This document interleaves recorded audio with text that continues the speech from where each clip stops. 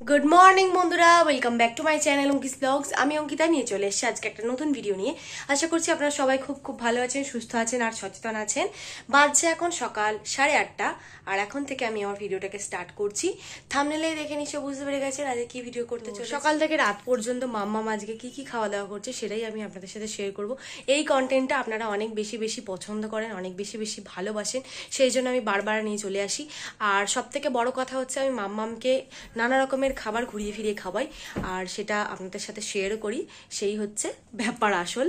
তো আজকে ওয়েদারটা ভীষণই খারাপ, একদম অন্ধকার অন্ধকার হয়ে আছে, ভালো মতন দিনের আলো ফোটেনি, এখন 8:30 বাজতে চলেছে, সেই জন্য লাইটটা এখনো অফ করিনি। তো পর্দা সরিয়েও কোনো আলো আসছে না আর কি। তো যাই হোক বন্ধুরা, বেশি কথা না বাড়িয়ে শুরু করে দিই আজকের এই ভিডিওটাকে। আজকে ব্রেকফাস্টটা একদম ইজি আর একদম বেসিক রয়েছে। আমি এই রেসিপিটা অনেকবার শেয়ার করেছি। রাগি সুজির পরিজ।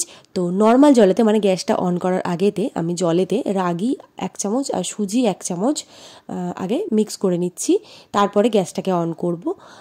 গরম জলে এটা করলে কি হয়, দলা পাকি যাবে, এটা কিন্তু একদমই মিক্স হবে না, ভালো হবে না দেখতেও।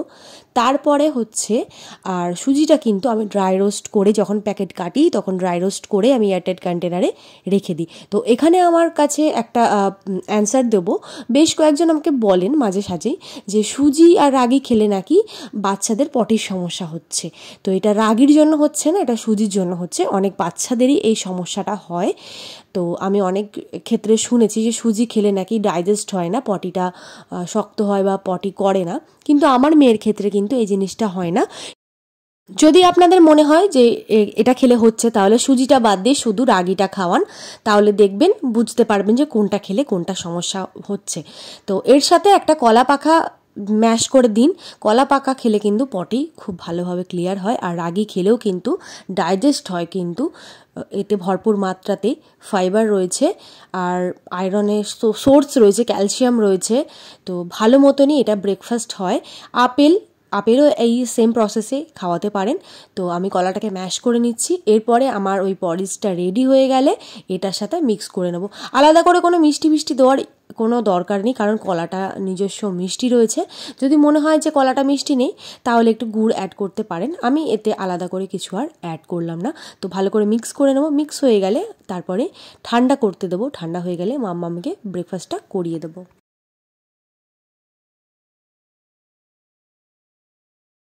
আজকে আমি আপনাদের সাথে শেয়ার করব এই খাবারটা। আমি প্রায় সময় ওকে আমি খাওয়াই, মানে 1 চাপানে খিচুড়ি।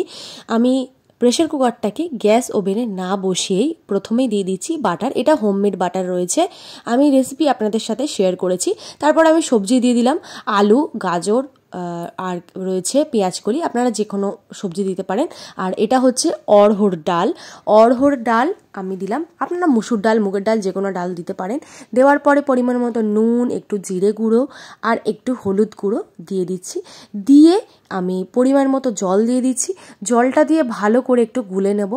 গুলে নিয়ে মানে যাতে নুনটা, জিরেটা, হলুদটা যাতে গুলে যায়। এরপরে আমি দিয়ে দেব ভাত।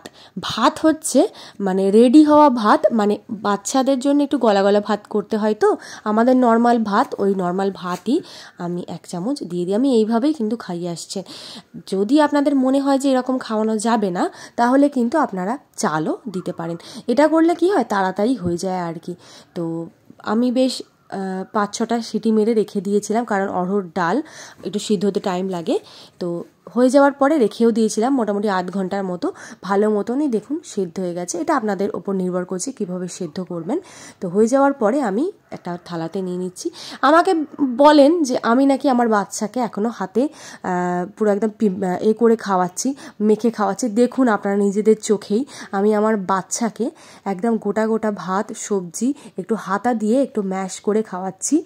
অনেকে বলেন আমি নাকি এখনও গুঁড়ো করে খাওয়াচ্ছি, এখনও চটকে খাওয়াচ্ছি, কিন্তু না, আমার মাম্মাম একদম ভালো মতনই চিবিয়ে গোটা গোটা খেতে শিখে গেছে। কেন জানি না, আমি যখনই কিছু অর্ডার করি অনলাইনে তখন সেটা দুপুরবেলাতেই আসে, মানে যখন রেস্ট নিই তখনই। তো আমার মতন কার কার হয় অবশ্যই কিন্তু জানাবেন। আর এটা আমার ভীষণই বিরক্ত লাগে, দুপুরবেলা টাইমে যদি কিছু আসে বিছানা ছেড়ে উঠতে হয়। তো যাই হোক, মাম্মামের জন্য আমি ডাইপার অর্ডার করেছিলাম মরিসন্স ব্র্যান্ডের। এই ব্র্যান্ডের কিন্তু অনেকেই ফিডিং বোতল ইউজ করে থাকে বেবিদের জন্য। তো এই ব্র্যান্ডের ডাইপার রয়েছে, এই ডাইপারটা প্রথমবার ইউজ করব। ভীষণই সফট, আর হচ্ছে এই যে দেখুন লাইনটা দেখতে পাচ্ছেন, এটা হলুদ রঙের রয়েছে। যখন এটা ভরে যাবে ডাইপারটা, তখন এটা পুরো ব্লু কালার হয়ে যাবে। এটা আমি ইউটিউবে রিভিউ দেখে বুঝেছি। আর এটা সত্যিই কিন্তু খুবই সফট। এবারে ইউজ করে দেখতে হবে এটা কেমন। সন্ধেবেলার খাবারে আমার ভিডিও যারা যারা দেখেন নিয়মিত তারা জানেনি আমি মাম্মামকে সেরেল্যাক ছাড়া ওকে আমি কিচ্ছু খাওয়াই না, কারণ একটু হালকা ফুলকা খাওয়াই। তো মাম্মামকে তো খাওয়ানো হয়ে গেছে, তো এই সেরেল্যাকটা আমি রেডি করে রাখছি। প্রথমে আমি দিয়ে দিচ্ছি মাখানা, তারপরে দিয়ে দিচ্ছি চিড়ে। চিড়েটা হচ্ছে জেকে চিড়ে রয়েছে, আর হচ্ছে ওটস। এই ওটসটা হচ্ছে বিগ বাস্কেট থেকে নিয়েছি, আর মাখানাটা আমি গ্রসারি স্টোর থেকে নিয়েছি, তো ব্র্যান্ডের নাম বলতে পারবো না। এরপর একটু নাড়াচাড়া করে নিচ্ছি। এরপরে আমি মেন ইনগ্রিডিয়েন্ট দেবো, সেটা হচ্ছে আলমন্ড আর কাজু। এগুলো কিন্তু একদম মেন, এইটা কিন্তু একদমই স্কিপ করবেন না বন্ধুরা, কারণ বাদামে অনেক গুণাগুণ রয়েছে। তো বাদামটা আমি দিয়ে দিলাম, কারণ আমার গ্যাসটা পুড়ে যাচ্ছিলো বলে, সেই জন্য আমি একটু নাড়াচাড়া করে নেওয়ার পরে বাদামটা নিচ্ছিলাম। তো আপনারা আপনাদের পরিমাণ মতনই বাদামটা দেবেন, সেরকম কোনো ব্যাপার নেই যে এতটুকুনি দিতে হবে বা যাই হোক। তো ভালোভাবে ড্রাই রোস্ট করার পরে আমি থালাতে ট্রান্সফার করে দিচ্ছি। মোটামুটি 5 থেকে 7 মিনিটের মতো মিডিয়াম ফ্লেমে আপনার নাড়াচাড়া করলে এটা রেডি হয়ে যাবে। তো দেখুন কীরকম হবে। মাখানা যখন প্যাকেটে থাকবে তখন কিন্তু একদম নরম, চেবালে দাঁতে আটকে যাবে, কিন্তু এটা ড্রাই রোস্ট করলে কিন্তু দেখুন কীরকম ক্রাঞ্চি হয়ে যাবে, একদম হাতে করলে গুঁড়ো হয়ে যাবে। ঠিক এই রকমই কিন্তু ড্রাই রোস্ট করতে হবে, পোড়ালে কিন্তু চলবে না। তো যেহেতু বাচ্চাদের খাবার, তো এগুলো একদমই পোড়ানো যাবে না।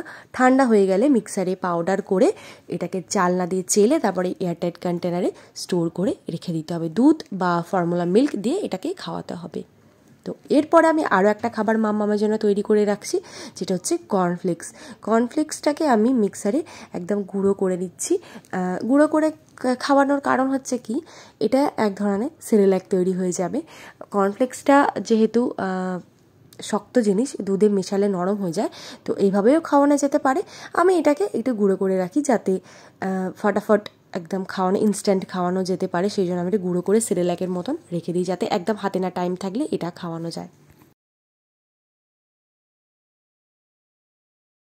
চলে এলাম ডিনার টাইমে। আজকে ডিনারে মাম্মামকে করাচ্ছি সুজির উপমা। তো সুজির উপমার আমি রেসিপি অনেকবার শেয়ার করেছি, বেসিক যেমন দুপুরবেলা দেখালাম খাওয়া দাওয়ার লাঞ্চটা, সেই রকমই রেসিপি তৈরি করেছি। আর একটু সবজিটা ম্যাশ করে নিয়েছি যাতে তাড়াতাড়ি খাওয়ানো যেতে পারে, পরিজ টাইপের করেছি। তো মোটামুটি 9টার মধ্যে আমি মাম্মামকে খাইয়ে দিই। তো এখন কম্পিউটারে গান চালিয়েছি, গানের সাথে নাচছেন ম্যাডাম আর খাচ্ছেন, না হলে একদমই খেতে চান না। আমাকে অনেকে বলেন যে আমি মোবাইল দেখিয়ে দেখিয়ে খাওয়াই কিনা, মোবাইল দেখিয়ে দেখিয়ে খাওয়াই না, কম্পিউটারে অ্যানিমেল চালিয়ে দিই, গান চালিয়ে দিই, এইগুলো ওর সাথে আমিও নাচানাচি করি আর ও নাচানাচি করে। এইগুলো করতে করতে ও খেয়ে নেয় বেশ ভালোই, এমনি এমনি নর্মালি খেতে চায় না।